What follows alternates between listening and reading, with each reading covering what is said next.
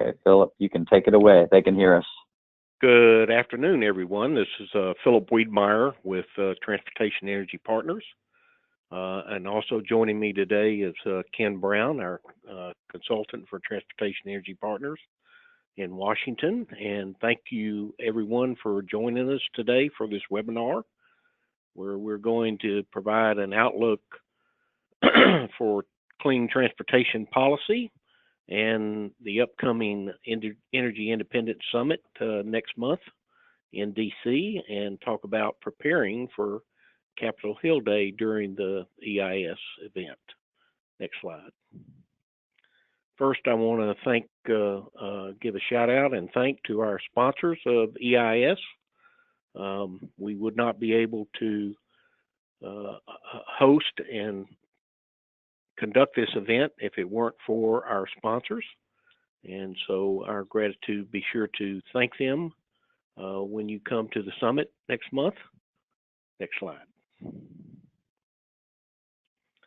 So just a little background. Transportation Energy Partners, as many of you probably know, but in case you don't, we're a 501c3 nonprofit organization that provides policy support to the Clean Cities Coalitions and their 15,000 stakeholders nationwide. We keep coalitions and stakeholders informed of key policies at the federal level, programs that impact the activities of Clean Cities Coalitions and the clean transportation industry, and identify funding opportunities that the clean transportation industry can utilize to advance the markets. We also play a key role in educating the policymakers about the importance of advancing the markets for clean vehicles and fuels. Clean slide. The Energy Independence Summit, as you know, will be held February 11th through 13th. We will have leaders from both the administration and congressional leaders involved on the agenda for the summit. There will be a presentation on VW settlement investments. Many of the industry leaders, clean transportation industry leaders who are sponsors, will be in attendance and participating in various panels during the program on Monday. On Wednesday morning, following Capitol Hill Day, we will have roundtable discussions with key agencies, including DOE, EPA, the U.S. Department of Transportation, and the Department of Agriculture. On Monday night, we will be doing a Salute to Clean Cities reception, honoring leaders of the Clean Cities program on the heels of the 25th anniversary of the program, and that'll be Monday evening. Full day on Capitol Hill. Bring your walking shoes for meetings with Congress. Last year, we scheduled and participated and conducted close to 250 visits on Capitol Hill. We'll be breaking up in teams, and we'll be talking about that more later in this webinar.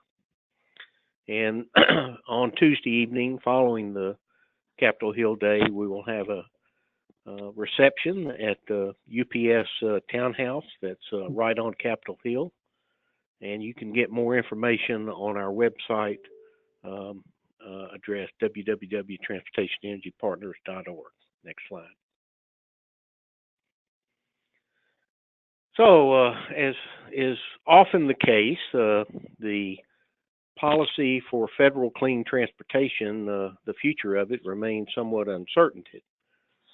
With the Democrats now leading the House of Representatives and chairing all the committees, the House is expected to bring back the Select Committee on Climate Change. Although bipartisan support for the Clean Cities program remains strong in Congress, and that's a result of the efforts that have been made over the years by the Clean Cities coalitions and the clean transportation industry and all the stakeholders in helping to build that support on Capitol Hill. DC was consumed and paralyzed for 6 weeks or so with the shutdown. The administration is likely to continue to propose cuts to clean energy programs. The president will submit his proposed budget next month.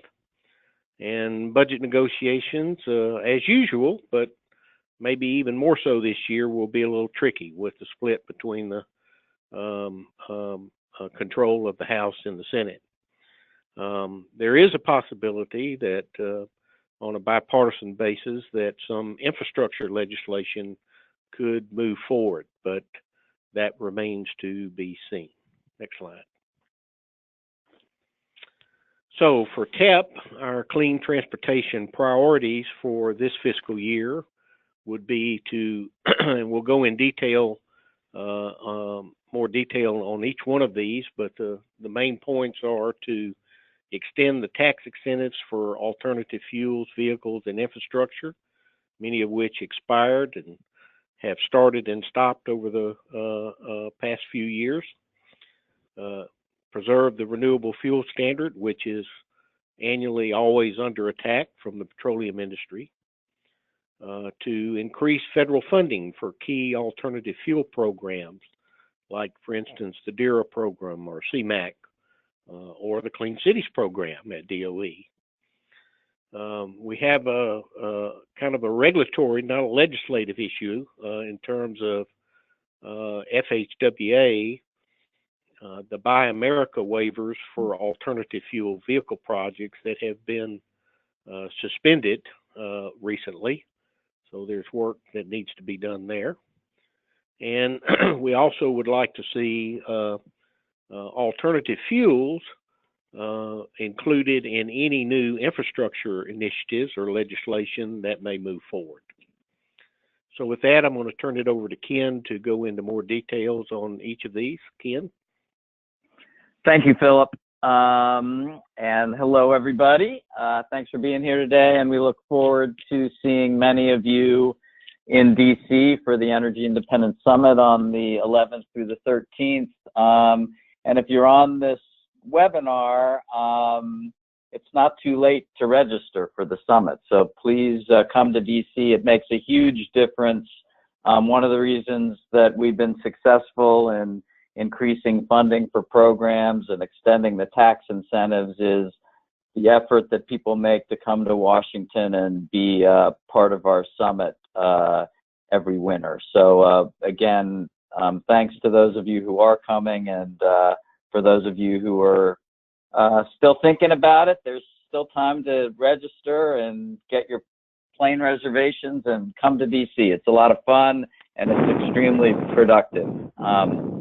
As Philip mentioned, one of our ongoing priorities has been supporting the various alternative fuels industries and the tax incentives that have been in place for a long time. I think, as people know, one of the problems with many of the incentives is that they've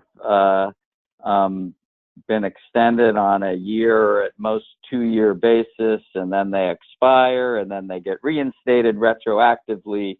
But the current status, I think, as most people know, is that these incentives for natural gas, propane, biodiesel, the alternative fuel infrastructure credit, the hydrogen fuel cell credits, all expired at the end of 2017. Were not in place for 2018, and there's nothing going forward for 2019. So a major priority is to see these extended. As folks remember, at I think it was in either December of 2017 or early 2018, major tax reform legislation was approved by the Congress and signed by the president. The good news is that there were many who were looking to eliminate the electric vehicle tax credit, but that was preserved during the tax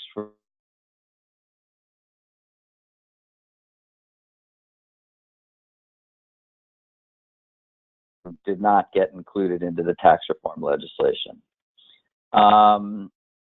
One thing to take note of is we do have new leadership in the Congress in terms of tax policy. On the Senate side, Senator Hatch from Utah was the chairman of the Finance Committee. He has since retired. And now Senator Grassley from Iowa, who actually has chaired this committee in the past, is back as chair of the Finance Committee. And the good news there, like Senator Hatch, he's a big supporter of clean fuels. And then Senator Wyden from Oregon remains the senior ranking Democrat on the Senate Finance Committee. On the House side, with the Democrats now assuming the majority in the House, we now have Richard Neal from Massachusetts, who's the new chair of the House Ways and Means Committee, which writes the tax policy in the House, and Kevin Brady, who was previously the chair, is now the senior ranking Democrat on the committee.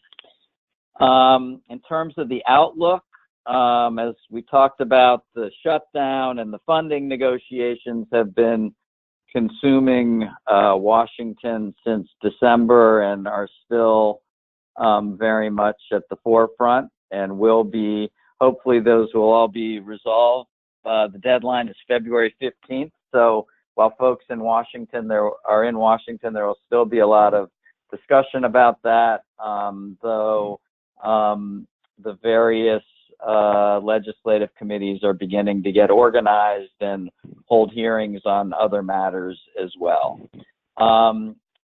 There's pretty good bipartisan support in the Senate for extending the expired incentives, and the incoming House Democratic leadership is also largely supportive. The outgoing Republican leadership in the House was, I would say, lukewarm at best. I mean, not all of them were opposed, but the key tax folks were not enthusiastic about extending the incentives. But now with, I think, the Democrats in charge in the House and with bipartisan support in the Senate, I think we're hopefully in a good place to see the extenders move forward. I think the challenge is we need to have a legislative vehicle to move it forward, and we have to get past the funding dispute that's been occupying everybody, and hopefully that will happen shortly. And so having people in DC during the summit will be a great time to deal with this. The other thing that has received increasing attention is the electric vehicle tax incentive, tax credit. I think folks know that there is a $7,500 tax credit for the first 200,000 electric vehicles sold.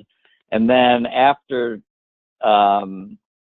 the manufacturers reach that target amount, the credit then is halved for 2 quarters and then halved again for another 2 quarters and then eliminated. What's new is that Tesla has hit the cap, and they did so in the second quarter of last year, and General Motors hit the cap in the fourth quarter of 2018, and Nissan is forecast to hit the cap in 2020 or maybe even sooner. So what this means is that for these manufacturers, the credit is coming to an end. So there has been both an effort to, on one side, to get rid of the tax credit, and then there's been an effort on another side to enhance and extend the credit in different ways. And there was legislation on both fronts introduced in the last session of Congress. This one piece of legislation called the Fairness for Every Drivers Act was introduced by Senator Barrasso from Wyoming. who happens to be the chairman of the Senate Environment Committee, and this would actually end the tax credit and put a user fee for electric vehicle drivers. It did not go anywhere, but it's in play, out there at least. And then on the other side, there's been an effort led by Senators Merkley and Heinrich and Cortez Masto in the Senate, and by Congress members Welch and Rosen in the House, that would extend both the vehicle and infrastructure tax credit for another 10 years through 2028. So this is all very much in play and a topic of discussion, largely because, partly because of tax reform last year, but also because of the fact that the manufacturers are reaching the volume target that starts to phase out the tax credit. In terms of the renewable fuel standard, we've seen some progress over the past year or so, in that the agency for the first time raised the volume, and they added 500 million gallons of overall advanced biofuel, and then again did it again for 500 million gallons for 19, and then 2020 even further, after pretty much holding the volumes at a flat level since 2016. So that's been good news. There's still some unresolved technical issues, including small refinery exemptions, issues related to the RIN market, that still need to be dealt with. I think the other thing is that EPA has now triggered a process which is involved in the legislative statute, where they need to basically reset the volumes for all of the RFS categories, and so they've started that process. So this is a very important process. So they've begun to work on a proposed rule that would reset all of the volumes, and they've begun meeting with stakeholder groups last summer, and this proposed rule could impact the overall volumes for 2020, and then the biomass biodiesel volumes for 2021. Will not affect the biodiesel volumes for 2020. But this is a big step prescribed by the statute. It's an opportunity to relook at the whole standard, and hopefully it's an opportunity to increase the volumes for both advanced ethanol and biomass-based biodiesel. And then again, Congress continues to look at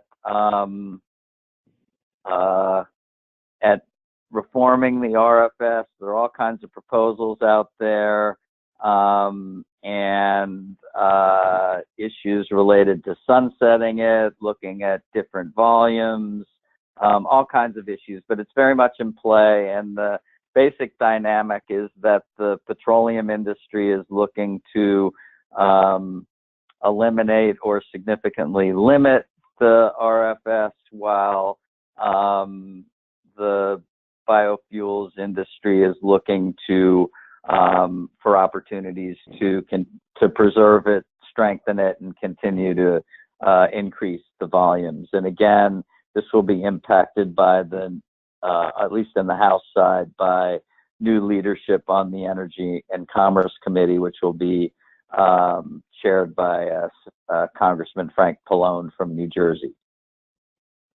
And obviously, these are the messages for the RFS.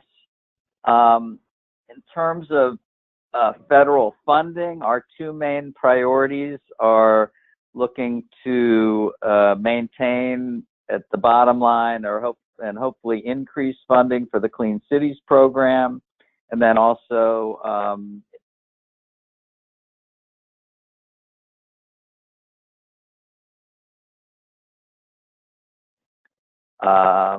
in terms of the current appropriations year, which began on October 1, 2018 and goes through September 30th, 2019, the DOE spending bill has already been signed into law and includes $37.8 million for Clean Cities, which is the same as FY18 and a good number, an increase over previous years where it was typically around 20 to 25 million. So we've seen a good increase over the past couple of years, and we're going to look to maintain that. I think, as folks know, the EPA funding bill was not finalized, and EPA was involved in the shutdown, and it still remains to be seen. We should end up somewhere between $50 and $100 million for the diesel emission reduction grants. The House bill included $100 million, and the Senate bill included $50 million, and last year it was $75 million. So we should, hopefully we'll end up at least $75 million for FY 2019, but that still is yet to be determined by the ongoing budget negotiations that are happening. In terms of the 2020 appropriations process, which we will be focused on when people are in DC for the summit, the time schedule is the president will propose his budget in February. It's supposed to be the first Tuesday, next Tuesday. They've already said it will be late because of the shutdown and the ongoing negotiations. So the president and his administration are looking to finalize the budget. If the past has been any indication, I think it's not going to look great in terms of clean energy and clean transportation, but that remains to be seen. The appropriations subcommittees will consider their legislation typically in April and May. It might be a few weeks or several weeks later this year, depending on what happens with the current negotiations and when the administration's budget comes out, but it will be in the spring. There will be House and Senate floor action in the summer and final legislation in the fall. One thing that's going to make this year a little tricky is that when the Trump administration came in, they worked with Congress and they negotiated overall budget numbers for discretionary funding for FY 2018 and 2019. They came to an agreement for 2 years. Those agreements have ended, and there is no agreed upon overall dollar amount for FY 2020, which is the year we're coming into, and so that's could complicate the efforts to move forward with all of this in a timely fashion. It's possible that the House will pick their own number, led by the Democrats, and the Senate will pick their own number, led by the Republicans, and they'll just move forward in that fashion. But the fact that there was an overall agreement in 2020 helped lay the groundwork for a much smoother process, though it's never smooth, as we know, since we're still struggling with finishing 2019 . But so anyway, that's all in play. Here's the key appropriations leaders are all the same. The only difference is the House. The Democrats will now be chairing the key subcommittees. So Marcy Kaptur from Ohio is now the chair, and Mike Simpson is the ranking member.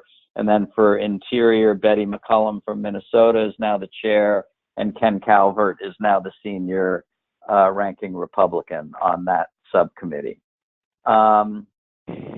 This is very important for folks when you're in Washington, D.C. The key part of the process is for us to get our members your individual members of Congress to make a specific request to the Appropriations Subcommittee that indicates that funding of the Clean Cities program and funding of the EPA Clean Diesel grants are priorities. And that's been our strategy that's been extremely effective. We need to do it again this year. So what you need to do is to find, and each individual member has to submit their requests, their priorities to the Appropriations Subcommittee. It'll typically be sometime between the middle and end of March. Could be a little later this year. And so we need to find out the deadlines for each of your individual members so that you can send a letter or make your request to your member and then urge them to include it in their request to the subcommittee. So that is our strategy. You need to get your request into all your members of Congress to show broad-based coalition stakeholder support, and then to follow up with your congressional offices and ask them to submit your request to the subcommittee. So that is very important, and we'll be talking about that again when you're in DC for your meetings. And even if you're not coming in DC, to DC, and you can still reach out to your members of Congress and find out what their appropriations request process and deadline is, and you can submit requests even if you're not in DC. Back home, it's usually either done by form for some offices or by just sending in a letter to your members of Congress. And if you have questions, we can help you out here. Speaking of questions, if people have questions, you may obviously type them in the question box.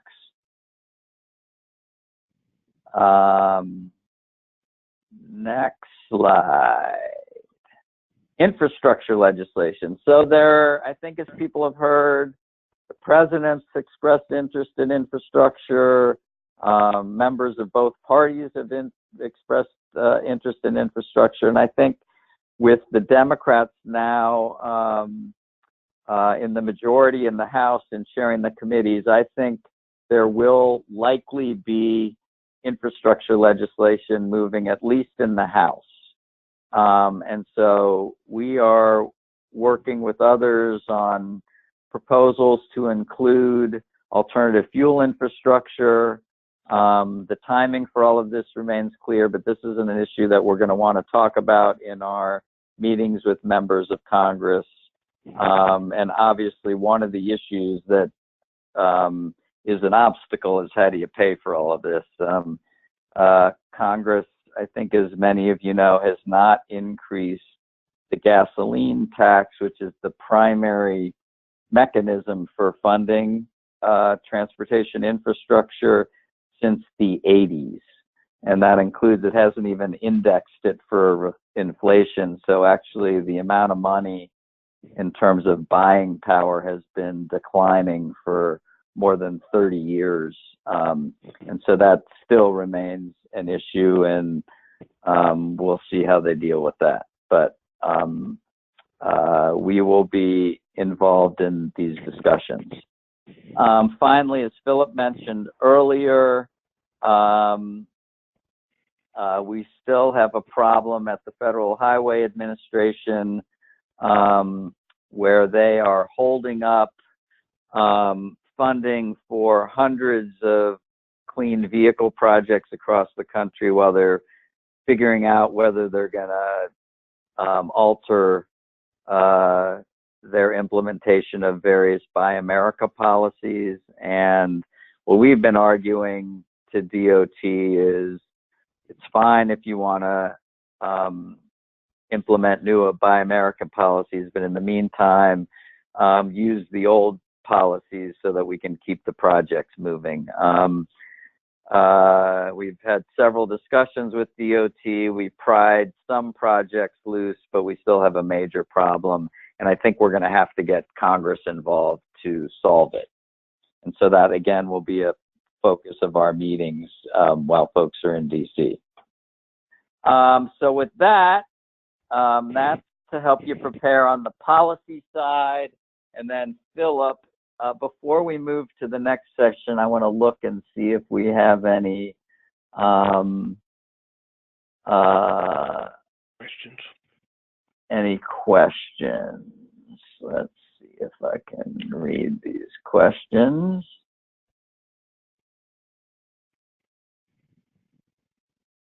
Somebody wants to know what the temperature is going to be in DC. I don't know.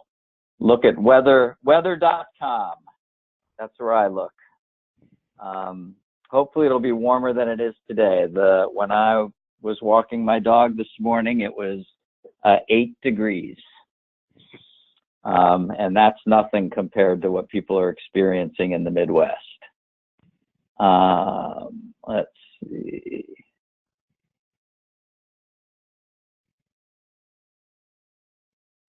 So one question is, will you be able to download the slides? The slides will be on our website.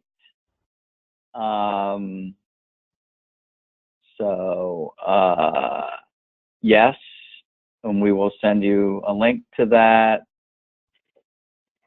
What are the thoughts about the shutdown and its impact on what we're doing? The answer is I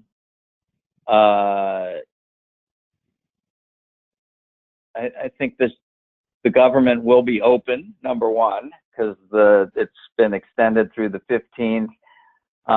There are no guarantees in this business, but I would be shocked if they don't come to some agreement I would be surprised if there's another shutdown even after it, but it is possible that the discussions of people will be talking about the shutdown, so just be prepared for that. But I think people are looking to move beyond the shutdown.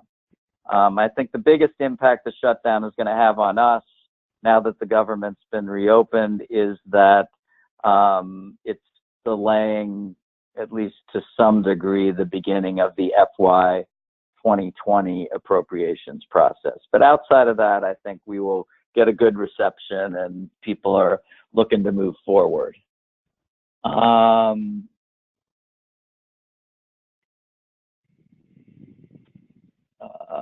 Will we be providing a leave behind packet? The answer is yes. We will have information with our priorities, as well as key letters to members of Congress on some of our issues. So the answer to that is yes.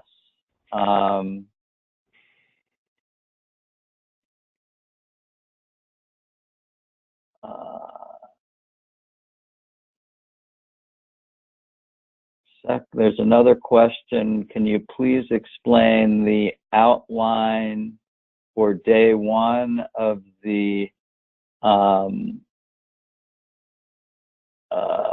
summit? Where do we convene?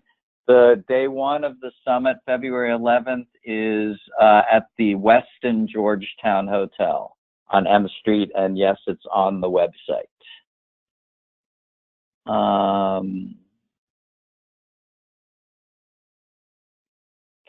Will renewable biomethane be included in the renewable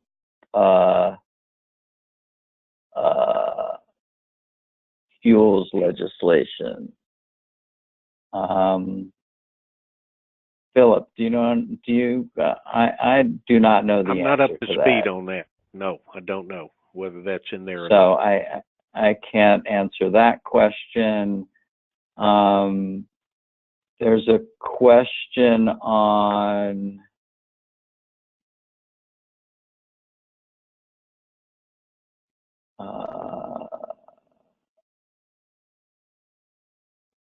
I do think that, Ken, that's renewable natural gas, but the biomethane, that's same thing as renewable natural gas, which is included in the renewable. Yeah, it's absolutely included. So if that's the question, it is included. I'm not sure if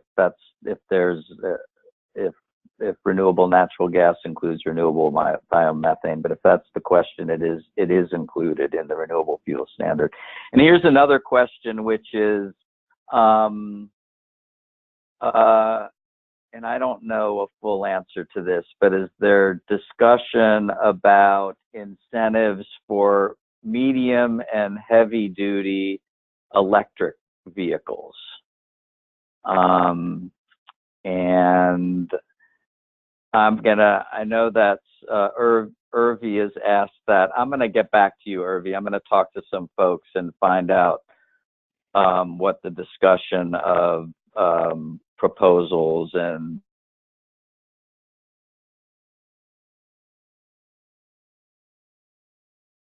the latest information will be available at the summit from our panelists. Correct, and we'll try and get you some information in advance as well. All right, with that, let's go to preparing for Capitol Hill Day. Okay, thank you, Ken. I'm gonna do this part, and some of you have probably seen this before. We've done this in previous years to help us achieve results. The secret to getting results is having a good plan, no matter what it is, right? So in the policy arena, education is the key to getting our policy priorities enacted like we would like to see them. So it's important for us all to be prepared for the Capitol Hill Day visits. And so today we're going to just cover a few things that we say every year, but doesn't mean that it's any less important, because it's always important to have good preparation for Capitol Hill Day. And the education of policymakers is important because it helps to increase the visibility of your organization. If you get more members, you have more funding available. So that's an advantage of educating the policymakers. Help you to advance the policies, which we all benefit from in terms of funding for the Clean Cities program, funding for the EPA DERA program, tax incentives, renewable fuel standard, whatever the policy may be. This is the way to advance the policy. And it helps you to build long-term relationships, which is the key currency in politics, is relationships, relationships, relationships. And it gives you credibility with these policymakers for you to have credible information that helps them to make decisions. So another way to help build those relationships is to identify ways that you can help elected officials. And the easiest thing is to be a good source of ideas and credible information. They have hundreds of issues that they're dealing with every year and every month and every week and every day.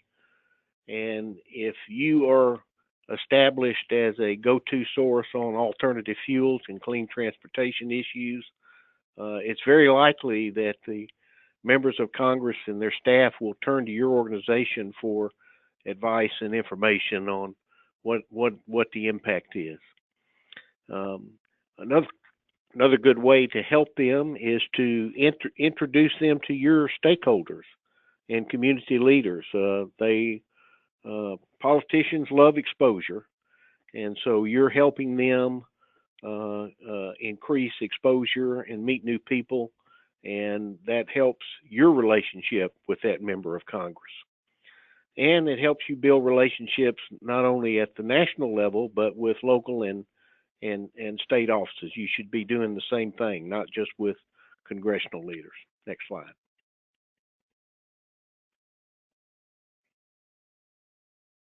Next slide, please, Ken. I'm working on it. There you go. Okay. And always remember, all politics is local.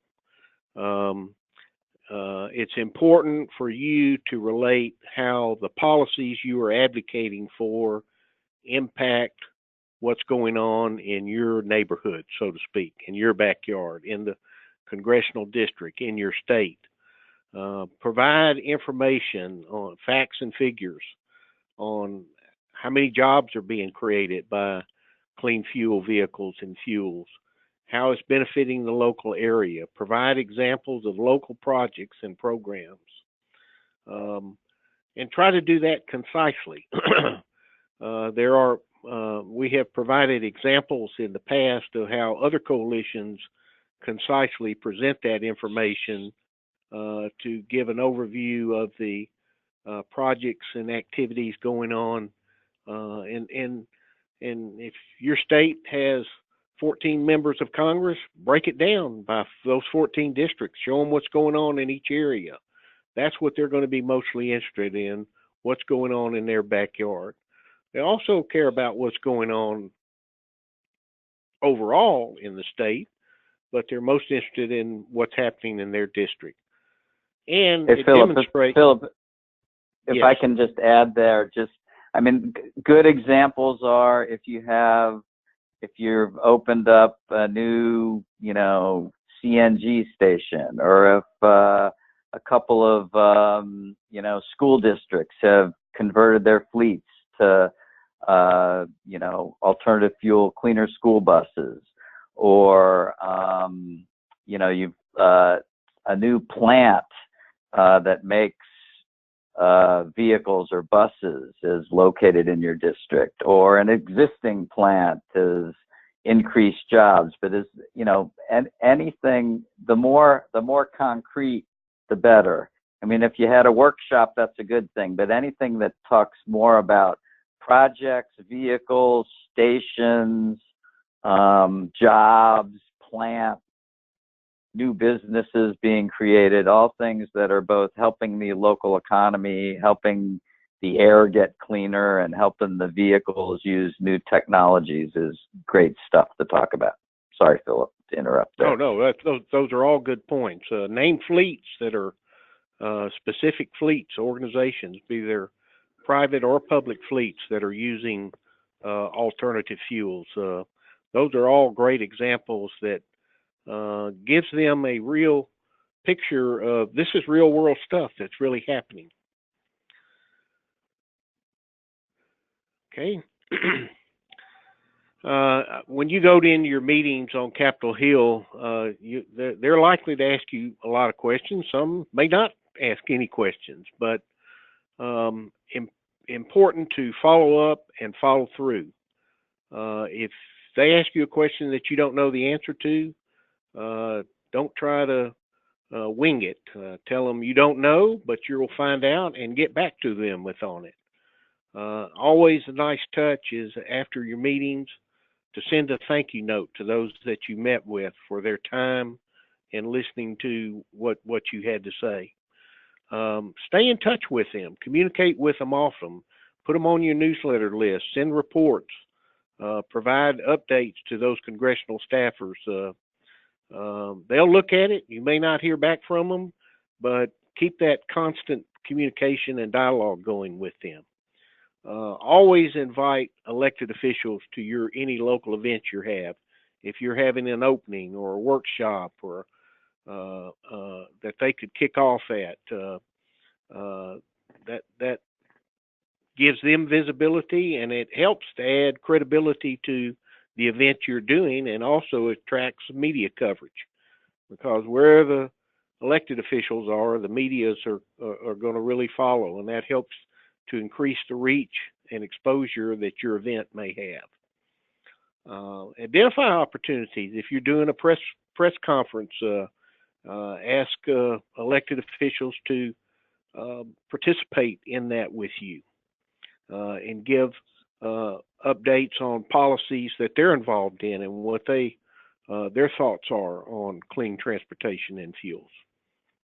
Next slide, please. So for preparing for the meeting, I said at the first thing is wear comfortable shoes, because you will be walking a lot on Capitol Hill, making the visits. try to keep everything concise. If you could prepare a one-pager with a background on your organization and examples of projects that are going on in your area and specifically laid out by the various congressional districts, that's very impactful. As we've talked about, use examples of those local projects. Make sure you have business cards and pens and papers. Keep your cell phones on vibrate or silent. That's an interruption. And again, wear comfortable shoes. Next slide, please. In your meetings, you should be brief. These staffers and members of Congress have very busy schedules during the day. If you have 15 to 20 minutes with them, that will be a plus. You may get lucky and have 30 minutes, or a member might come in and talk with you, but expect meetings to last no longer than 15 to 30 minutes. Keep your presentation short and make sure to ask them if they have any questions. Be specific in your request for actions, and as Ken said, we will have that kind of material on the policy priorities that you can leave behind with them. Know which committees your members are on and background them, and use that information to tailor how you make your presentation to them. Be factual. Get up-to-date information. Don't get 3-year-old data. Have the most current information that's available on the issues and there's nothing wrong with bringing a cheat sheet, so to say, if in order to provide factual information.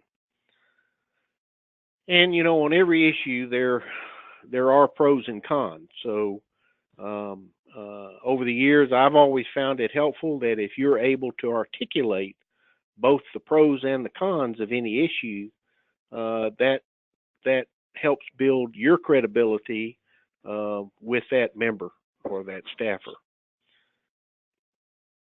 Be respectful. They may not agree with you and probably will not agree with you on everything, but you should respect their views, and you will have an opportunity in the future to work together on things you do agree on. So, next slide.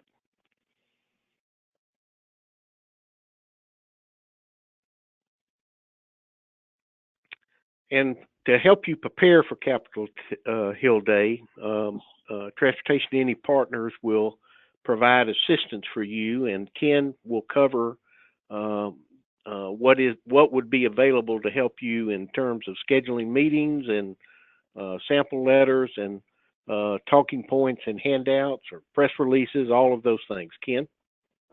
Yeah, thanks, Philip. So for Capitol Hill Day, we will be very organized. Typically, and I think it will be the same this year, we will have 25 to 30 teams, and we will be doing more than probably closer to 30 teams or more, and we will be having around or more than 250 congressional office meetings, House and Senate office meetings. And the way we'll be organized is the teams will be organized primarily by state. So we'll have usually one team per state. Like there will be a New Jersey team and a North Carolina team and a Connecticut team. A couple of states will have more than one team that are large. Like we usually have at least 2 teams in California. Ohio will probably have 2 teams. We'll usually have an Eastern Pennsylvania and a Western Pennsylvania team. But for the most part, we'll have one team per state. For most of you, if you're involved with the Clean Cities Coalition, you know what state you're going to be in. For those of you who are with a national company and you have, plants or activities in multiple states, and want to give us a call and talk about where you would be most effective, please get in touch with us and we can make sure you're in a place where we think you can, add the most value. So We are working, and we're in the process right now of finalizing putting those teams together. So there will be teams. A few of you are scheduling your own meetings, but for most of you, we're scheduling the meetings for all the teams. So those will be set up. You don't need to set up your own meetings. So if you want to know what team you're on, or if you want to know, who you're likely going to be meeting with, please feel free to give us a call. My contact information will be on the last slide.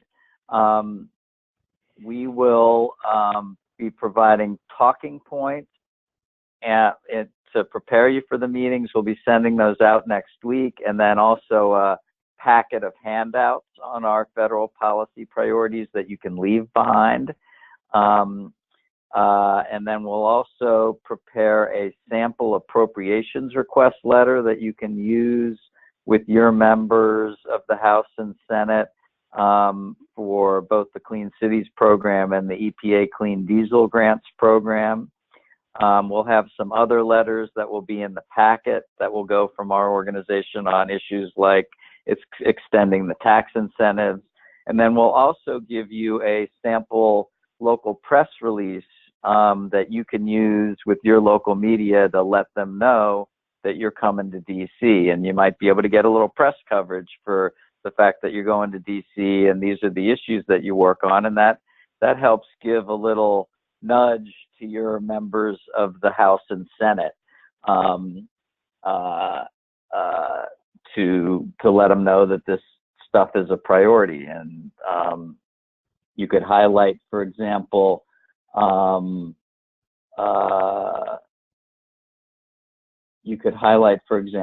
local projects that are going on, or where there are jobs and plants in those things locally that you can use. So that is the kind of assistance we're going to provide. And then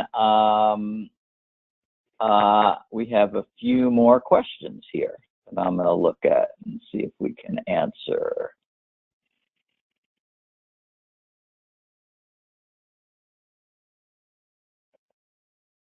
All right, we answered that one.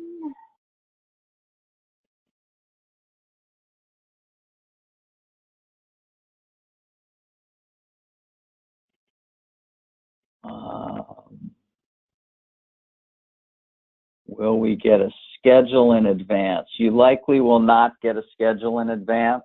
We're working on all the schedules right now. All I can tell you is that you will have a schedule, and you will be meeting with you will be meeting with both Senate offices in your state and many of the House member offices in your state. And we will prioritize the House member offices based on the committees that they're on. So the most important people to meet with are those on the appropriations committees, because they do funding, the tax committees because they do the tax incentives, and then the energy and the transportation committees because they do energy and transportation infrastructure issues. So those will be our priorities. Somebody mentioned, so RNG and biomethane are the same thing. So just to clarify again, renewable natural gas or biomethane is included in the renewable fuel standard, and it's been one of the key policies that has been successful in advancing that industry. Another question, will we be able to get a schedule in advance? I just answered that.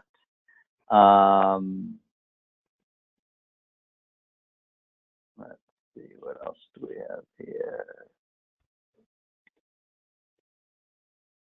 Where can we find information on our members' appropriations request process and deadlines?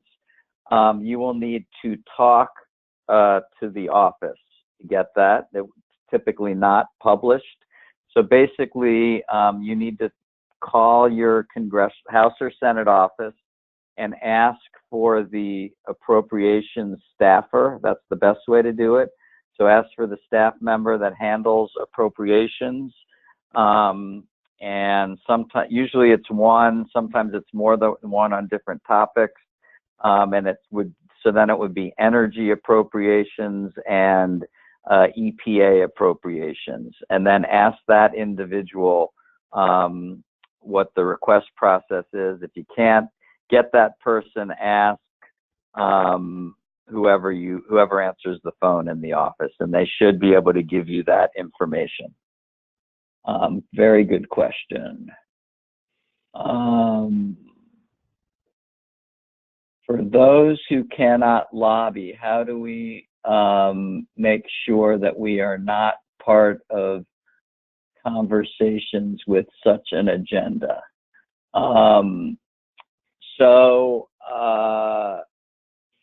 I know there are a handful of people who, for a variety of reasons, who you work for,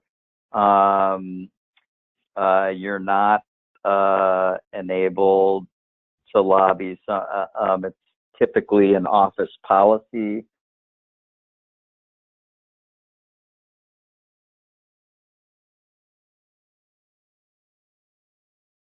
From lobbying, though, there are certain restrictions for certain kinds of organizations, like 501c3 organizations.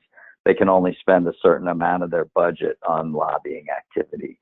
But for those of you who work for an organization where they're not permitting you to engage in lobbying, I think you have to figure that out. You can either be in an office and just listen into the conversations and not be a part of them.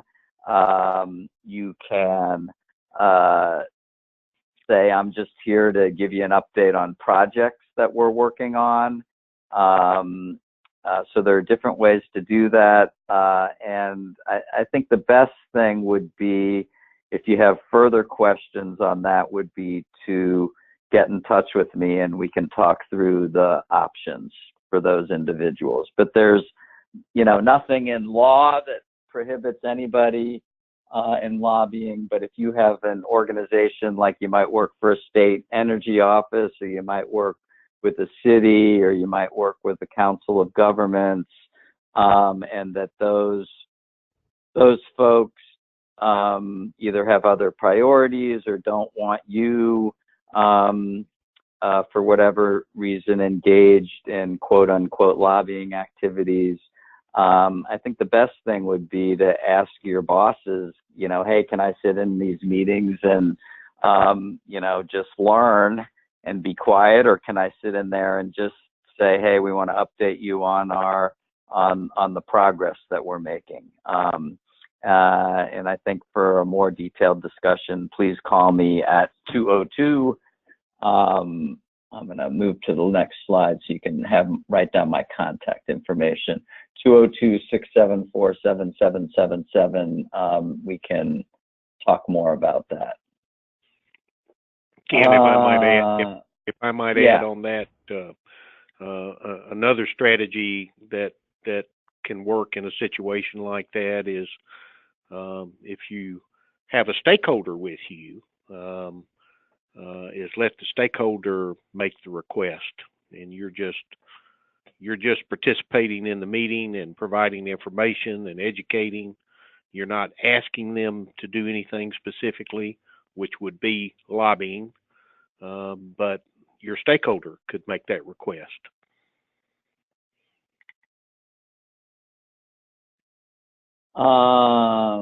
Do you have the hours for the Clean City reception for Monday evening? The reception will be after the program on Monday evening. It will start at about 5:30, and it usually goes till 7:30 or so, 5:30 to 7:30 or 8. Going back to renewable natural gas, it appears that the RFS only applies to liquid biofuels. I don't think that's correct. That's not correct. The renewable fuel standard applies to renewable natural gas. It is a qualified fuel under the standard.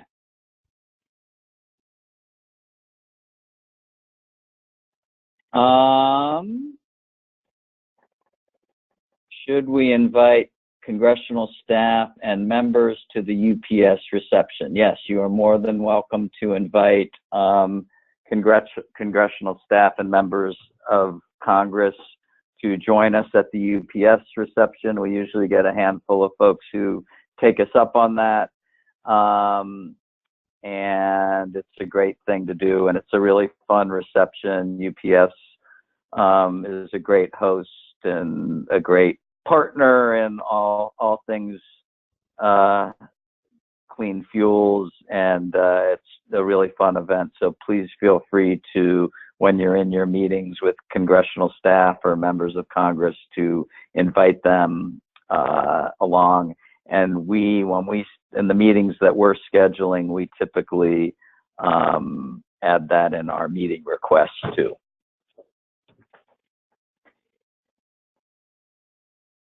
And that handles all the questions. So with that, we thank you for participating in today's webinar.